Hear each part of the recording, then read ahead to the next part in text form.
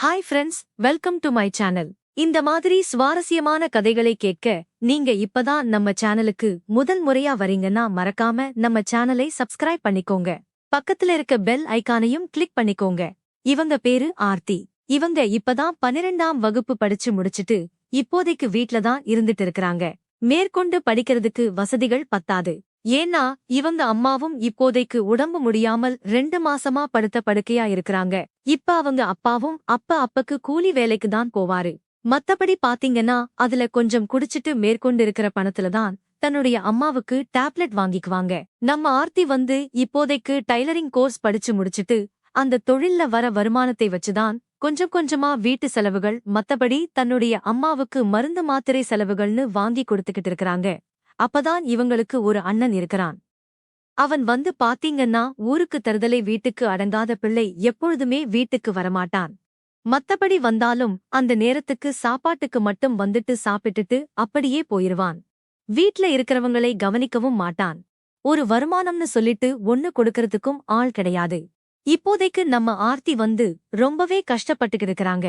அவங்க அம்மாவையும் வலுக்கட்டாயமா ஹாஸ்பிட்டலுக்கு கூப்பிட்டு பார்க்கறாங்க. ஆனா அவங்க சுத்தமா ஒரு இன்ச் கூட நவரல. ஏன்னா அவங்கள பொறுத்தவரைக்கும் நான் இப்படியே என்னுடைய காலத்தை ஓட்டிட்டேன். இதுக்கப்புறம் நான் ஹாஸ்பிட்டலுக்கு போய் பொழைச்சு என்ன பண்ண போறேன்? எனக்கு ஒரே ஒரு கவலை மட்டும்தான் இருக்கு ஆர்த்தி. உன்னை எப்படியாச்சும் ஒரு நல்ல இடத்துல யார்ட்டையாச்சும் கொடுத்துறணும். ஏன்னா நீ இங்க இருக்கக்கூடாது. தயவு செஞ்சு நான் சொல்றத மட்டும் கேட்டுக்கோ. நான் இறந்துட்டேனா இந்த வீட்ல நீ இருக்காத. உன்னுடைய அப்பாவும் அண்ணனும் உன்னை பார்த்துக்க மாட்டாங்க. உன்னை நரகத்துல தள்ளணும்னு முடிவு பண்ணிட்டாங்க. நான் செத்த அடுத்த செகண்டே நீ இந்த வீட்டை விட்டு கிளம்பிரு. இங்க தயவு செஞ்சு இருக்காத அப்படின்னு சொல்லுவாங்க. உடனே நம்ம ஆர்த்தியும், என்னமா சொல்றீங்க? எதனால இந்த வார்த்தை சொல்றீங்க? எதுக்கு அப்பாவையும் அண்ணனையும் தப்பா சொல்றீங்க அப்படின்னு சொல்லுவாங்க. உடனே நம்ம ஆர்த்தியோட அம்மா, நான் சொல்றத மட்டும் கேளுமா. இதான் என்னுடைய கடைசி ஆசை. ஏன்னா எனக்கு ரொம்ப உடம்பு முடியல. இதுக்கப்புறம் நான் இருப்பேனா என்னன்னு ரொம்பவே டவுட்டா இருக்கு. அப்படி இருக்கிறப்பதான் நான் உன்ட்ட சொல்றேன். நீ தயவு செஞ்சு நான் செத்த அடுத்த செகண்டே இந்த வீட்டை விட்டு போயிரு. எங்கேயோ எப்படியோ போய் பொழைச்சுக்கோ. இங்க மட்டும் தயவு செஞ்சு இருந்துராத அப்படின்னு சொல்லுவாங்க. இதெல்லாம் நீங்க தப்பா எடுத்துக்கிட்டு இருக்கீங்கம்மா. நீங்க இன்னும் நல்லா உயிரோட இருப்பீங்க. உங்களுடைய நல்ல எண்ணத்துக்கு நீங்க நல்லாதான் இருப்பீங்க அப்படின்னு சொல்லிட்டு இருக்கப்பதான் அப்பதான் மருதம்மாளும் ஒரு அம்மா வருவாங்க.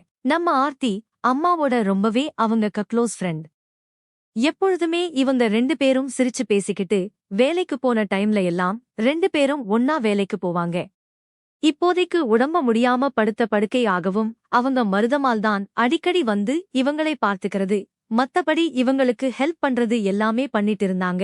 ஒரு கட்டத்துல இவங்க அடுத்த நாள் பாத்தீங்கன்னா காலையில விடியற காலையில ஏந்திருச்சு வீட்டு வேலைகள் எல்லாமே நம்ம செஞ்சுட்டு இருப்பாங்க. ஆர்த்தி அப்பதான் அம்மா அண்ணன் ஏந்திரிக்கல அப்படின்னு சொல்லிட்டு ரூம போய் பாக்குறப்பதான் அவங்க இறந்திருப்பாங்க. எப்பொழுதுமே உடம்பு சரியில்லனா கூட காலையிலேயே பாத்தீங்கன்னா 5 மணிக்குல்லாம் எந்திரிச்சிருவாங்க. இப்ப ஏன் இன்னைக்கு இன்னும் தூங்கிட்டு இருக்காங்கன்னு சொல்லிட்டு ஒரு 5:30 போல பார்க்கறாங்க. அவங்க இறந்து கிடப்பாங்க. அடுத்த செகண்டே இவங்களும் தன்னுடைய அம்மா சொன்ன ஒரு வார்த்தைக்கு வசரம், அவங்களுடைய கடைசி ஆசையை நிறைவேற்றணும் அப்படின்னு சொல்லிட்டு இவங்க அந்த வீட்டை விட்டு கிளம்பிருவாங்க. யாருக்கும் எதுவும், அப்பாவுக்கும் அண்ணனுக்கும் எதுவுமே சொல்லாம அந்த இடத்துல இருந்து உடனே கிளம்பிருவாங்க. அடிக்கடி பாத்தீங்கன்னா இவங்க நினைப்புல ஓடிட்டு இருக்கிறது அம்மாவுடைய இறுதி சடங்குகள் எப்படி முடிஞ்சது என்னமோ அதே நினைப்புலதான் இவங்க ரோட்ல தன்னைத்தானே அறியாம நடந்து போயிட்டு இருக்கிறப்ப ரோட்டை கடக்கணும்னு சொல்லிட்டு எதிர்பாராத விதமா கடக்கறப்பதான் நம்ம ஆர்த்திக்கு ஆக்சிடென்ட் ஆயிருது. ஒரு கட்டத்துல இவங்க அடுத்த பெட்ல இருந்து கண் முழிச்சு பார்க்கறப்பதான் இவங்க ஹாஸ்பிட்டல்ல இருக்கிற விஷயமும் தெரியுது. அப்பதான் கண் முழிச்சு பாப்பாங்க. அப்ப அவ உள்ள நர்ஸ் பார்த்து, என்னம்மா உனக்கு நல்லா இருக்கா, எப்படி இருக்கிற அப்படின்னு சொல்லி விசாரிப்பாங்க. உடனே இவங்களும் இப்போதைக்கு நான் நல்லா இருக்கேன், என்னை யாரு இங்க கொண்டுட்டு சேர்த்தா அப்படின்னு சொல்லுவாங்க. அப்பதான் சொல்லுவாங்க, உன்னை ஆக்சிடென்ட் பண்ண பையன் சேர்த்துட்டு அவனை கிளம்பி போயிட்டான். இப்போதைக்கு உன்னை தேடி யாருமே இதுவரைக்கும் வரல. இப்ப நீ என்ன பண்ணலாம்னு இருக்க? உன்னுடைய பீஸ்கள் எல்லாத்தையும் கட்டி ஆகணும், உன்னை டிஸ்சார்ஜ் பண்ணி ஆகணும் அப்படின்னு சொல்லுவாங்க. இவங்களுக்கு என்ன பண்றதுன்னு தெரியல. நம்ம ஆர்த்தியை பார்த்த டாக்டர் தான் அப்போதைக்கு வருவாரு. இவங்களுக்கு நடந்த எல்லா விஷயத்தையுமே அவங்கிட்ட கேட்டு தெரிஞ்சுக்கிட்ட பிறகு, நான் உன்னுடைய பேமெண்ட் எல்லாத்தையும் பே பண்ணிடுறேன். உனக்கு ஒசரம் நான் ஹெல்ப் பண்றேன். நீ படிக்கணும்னு தானே ஆசைப்படுறேன். நான் உன்னை படிக்க வைக்கிறேன். நீ என்னுடைய வந்துரு அப்படின்னு சொல்லுவாரு. ஒரு கட்டத்துல நம்ம ஆர்த்திக்கு என்ன பண்றதுன்னு தெரியல. யாரோ ஒருத்தர் எதிர்பாராத விதமா இந்த வார்த்தை சொல்றாங்களே அப்படின்னு சொல்லிட்டு அவங்க ஒரே யோசனையிலே இருக்காங்க. அடுத்த கட்டமா எங்க போகணும்னு தெரியாம முளைச்சுக்கிட்டு இருக்கிற நம்ம ஆர்த்திக்கு அப்பதான் சரி, எப்படியோ நம்மளுக்கு ஒரு இருப்பிடம் வந்துருச்சு. மத்தபடி நம்மள படிக்க வைக்கிறேன்னு சொல்றாங்க. நம்மளுக்கு படிக்கிறதுக்கும் ரொம்ப ஆசையா இருக்கு. சரி, இவங்க சொல்றதையே கேப்போம் அப்படின்னு சொல்லிட்டு நம்ம ஆர்த்தியும் அவங்களோடயே கிளம்பி போயிருவாங்க. அப்பதான் அந்த வீட்டுக்கு போறப்ப அந்த வீட்டுலன்னு சொல்லிட்டு யாருமே கிடையாது. ஆர்த்தி உங்களுக்கு டாக்டர், நீங்க உங்களுக்கு மனைவி குழந்தைங்கன்னு சொல்லிட்டு யாருமே இல்லையா அப்படின்னு கேக்குறப்பதான் எனக்கு யாருமே இல்லமா, நான் மட்டும்தான் இருக்கிறேன். ஏன்னா எனக்கு அக்கா அம்மா அப்பாலாம் இருந்தாங்க. அக்கா லவ் மேரேஜ் பண்ணிக்கிட்டு வேற ஒருத்தனோட ஓடிட்டா. அதுக்கப்புறம் எங்க அப்பா அம்மா அவங்க நினைப்பிலேயே இருந்து 2 பேரும் ஒருத்தர் பின்னாடி ஒருத்தர் இறந்து முடிச்சிட்டாங்க. நானு பாத்தீங்கன்னா இருக்கிற சொத்து பத்துகள் எல்லாம் கொஞ்சம் விட்டு அதை வச்சு எப்படியோ படிச்சிட்டு இருந்த கொஞ்ச இடத்துலயும் ஒரு ஹாஸ்பிட்டல் கட்டி அதை இப்ப ரன் பண்ணிட்டு இருக்கிறேன். இப்போதைக்கு எனக்கு யாருமே இல்லை.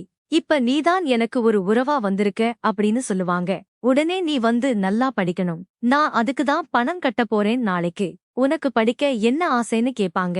அப்பதான் அவங்க சொல்லுவாங்க, எனக்கும் டாக்டர் ஆகணும், அப்பதான் எனக்கு ஹெல்ப் பண்ண மாதிரி, நானும் மத்த பேத்துக்கெல்லாம் ஹெல்ப் பண்ண முடியும் அப்படின்னு சொல்லுவாங்க. அதுக்கப்புறம் சரி, நாளைக்கு உன்னுடைய வீட்ல உன்னை போய் விடுறேன், ஆனா படிக்கிற பொறுப்பு எல்லாத்தையும் நானே ஏத்துக்கிறேன் அப்படின்னு சொல்லுவாங்க. நான் தான் அங்க போக மாட்டேன்னு உங்கள்ட்ட ஏற்கனவே சொன்னேன்ல, நான் இங்கேயும் இருந்துக்கிறேன் அப்படின்னு ஆர்த்தி சொல்லுவாங்க. அதுக்கப்புறம் இவரும் எப்படியும் அவங்க வீட்ல என்ன நடந்துச்சு, உங்க அம்மாவும் இறந்துட்டாங்கன்னு சொல்ற, மத்தபடி உங்க அப்பா அண்ணன் எல்லாம் என்ன பண்றாங்கன்னு நான் விசாரிக்கணும் அப்படிம்பாங்க. சரி, நீங்க எப்படியோ விசாரிச்சுக்கோங்க, பரவாயில்ல அப்படின்னு சொன்ன பிறகு அந்த டாக்டர் பேரு அர்ஜுன். அவருதான் ஒரு ஆள விட்டு ஆளுங்களை அங்க பக்கத்துல உள்ளவங்கிட்ட எல்லாம் விசாரிப்பாங்க. எல்லாத்தையும் விசாரிச்சுட்டு அங்க இருக்கிறவங்க ஒரு அம்மா மருதமாலை கூட்டிக்கிட்டு வீட்டுக்கு வருவாங்க. அப்பதான் நம்ம ஆர்த்திய பாத்துட்டு அந்த பொண்ணும் கட்டி அழுகுது. உங்க அம்மா இறந்துட்டா, நீ எங்க போன? நீ ஆள் இல்லைன்னு சொல்லிட்டு உங்க அப்பா உன் மேல ரொம்பவே கொலை வரியில இருக்கிறாரு. ஏன்னா நீ உங்க அம்மா மாதிரியே நீ என்கிட்டாச்சும் ஓடி போயிட்டீனா என்ன பண்றது அப்படின்னு அவங்க ரொம்பவே உன் மேல வெறியா இருக்கிறாங்க அப்படின்னு சொல்லுவாங்க. உடனே நீங்க என்ன சொல்றீங்க, எனக்கு எதுவும் புரியல அப்படின்னு சொல்றப்பதான் உங்க அப்பா உங்க அப்பாவுக்கு முதல் தரத்துல பிறந்தவர்தான் உங்க அண்ணன். அதுக்கப்புறம் 2வது தரத்துல பிறந்தவர்தான் நீனு. அவங்க முதல் தரத்துல பிறந்தவங்க இறந்துட்டாங்க. அந்த பையன் என்னை பாத்துக்க ஆள இல்லாமதான் உங்க அம்மாவை அவரு கல்யாணம் பண்ணாரு. உங்க அம்மாவை பொறுத்தவரைக்கும் அவன் ஒரு அப்பாவி. ஒருத்தனைக்கவ லவ் பண்ணி இங்க எங்க ஊருக்கு பக்கத்துலதான் ஒரு வாடகை வீடை எடுத்து அங்கேயே வசிச்சு வாழ்ந்து வந்துட்டு இருந்தாங்க. அவனும் கரெக்டான டைம்ல பணத்தை நகை எல்லாத்தையுமே எடுத்துட்டு ஊரை விட்டு ஓடிட்டான். இப்போதைக்கு என்ன பண்றதுன்னு தெரியாம அவங்க ரொம்பவே நெருக்கதையா நின்னுட்டு இருந்தப்பதான் உங்க அப்பா அவரை சேர்த்துக்கிட்டு தன்னுடைய குழந்தையை பார்த்துக்குவாங்கன்னு சொல்லிட்டு அவங்களை திருமணம் பண்ணாங்க. திருமணம் பண்ணிதான் அதுக்கப்புறம் 2 பேரும் ஒருத்தருக்கு ஒருத்தர் புரிஞ்சுகிட்ட பிறகுதான் நீனும் பிறந்த. இப்போதைக்கு அவங்களுக்கு நீ 2ஆம் தரத்து பொண்ணுதான். உனக்கு ஏற்கனவே பொம்பளை புள்ளைன்னு அவருக்கு சுத்தமா பிடிக்கல. ஏன்னா உன்னுடைய அம்மா மாதிரி நீ போயிட்டினா என்ன பண்றது? உன்னை கல்யாணம் ஆகுற பரும வந்த பிறகு உடனே பாத்தீங்கன்னா வயசான ஒருத்தருக்கு பணக்காரர் அவருக்கு திருமணம் பண்ணி வைக்கணும்தான் உங்க அப்பாவுடைய கனவு. அப்படி இருக்கிறப்ப நீ எப்படியோ அந்த இடத்தை விட்டு தப்பிச்சு வந்துட்டமா, பரவாயில்ல அப்படின்னு சொல்லுவாங்க. உடனே அவங்க என்னுடைய அப்பா கிடையாதா, எனக்கே அந்த விஷயம் இப்பதான் தெரியும் அப்படின்னு சொல்லிட்டு நம்ம ஆர்த்தி ரொம்பவே பரிதாபமா மனநிலை சரியில்லாம ஒரு மாதிரியா திகைச்சு போய் நிப்பாங்க. அதுக்கப்புறம்தான் அந்த டாக்டரும் சொல்லுவாரு, எனக்கே எல்லா விஷயமும் இப்பதான் தெரியும். நீ யாருன்னு எனக்கும் தெரியும். ஏன்னா இந்த மருதமாள்தான் என்னுடைய வீட்டு சித்தி, அவங்கதான் எங்களுக்கு ரொம்பவே சொந்தக்காரவங்க. மத்தபடி உங்க அம்மா பாத்தீங்கன்னா அதுதான் என்னுடைய அக்கா. இந்த போட்டோவை எடுத்து பாரு, இவங்க என்னுடைய அக்கா. அவங்களுடைய முகம் உனக்கு அப்படியே இருக்கவும் தான். இது என்னுடைய அக்கா பொண்ணா இருக்குமோ என்னமோ நினைச்சுக்கிட்டு உனக்கும் யாரும் இல்லைன்னு சொன்னதுனால உன்னை நான் என்னுடைய வீட்டுக்கு கூட்டிட்டு வந்தேன். மேற்கொண்டு எல்லாத்தையும் அலசி ஆராய்ஞ்சு பாக்குறப்பதான் தெரியுது நீ என்னுடைய அக்கா பொண்ணுன்னு. எங்க அக்கா லவ் பண்ணிட்டு போற பையன் இப்படி ஏமாத்திட்டான். ரொம்பவே சந்தோஷமா வாழ்ந்துகிட்டு இருப்பான்னு நான் நினைச்சுக்கிட்டு இருந்தேன். ஆனா அவ இப்ப இறந்தும் போயிட்டா. இப்பதைக்கு கடவுள் வந்து உன்னை பார்த்து என்னகிட்ட அனுப்பி வச்சிருக்கிறாரு. எப்படியோ உன்னை நான் நல்ல முறையில படிக்க வச்சு ஒரு பெரிய ஆளாக்குவேன் அப்படின்னு சொல்லுவாரு. அதுக்கப்புறம் நம்ம ஆர்த்தியும் பாத்தீங்கன்னா, எனக்கு கடவுள் அம்மாதான் பார்த்து என்னை இங்க அனுப்பி வச்சிருப்பாங்க. ஏன்னா அம்மாவுடைய ஒரே ஆசை, நான் நல்ல இடத்துக்கு போய் நல்ல நிலைமைக்கு வரணும். அது மட்டும்தான் அவங்களுடைய ஆசை. அப்படி இருக்கிறப்ப நம்ம அர்ஜுன் பாத்தீங்கன்னா, நம்ம ஆர்த்திய நல்ல முறையில படிக்கிறதுக்கான எல்லா வசதிகளுமே ஏற்பாடு பண்ணி கொடுத்து நல்லாவும் படிக்க வச்சு, இப்போதைக்கு நம்ம ஆர்த்தி அவங்க ஒரு பொசிஷன்ல வந்து இப்ப டாக்டராவும் இருக்காங்க. அவங்களுக்கு ஒரு நல்ல பையனா பார்த்து கல்யாணமும் பண்ணி வச்சிட்டாரு.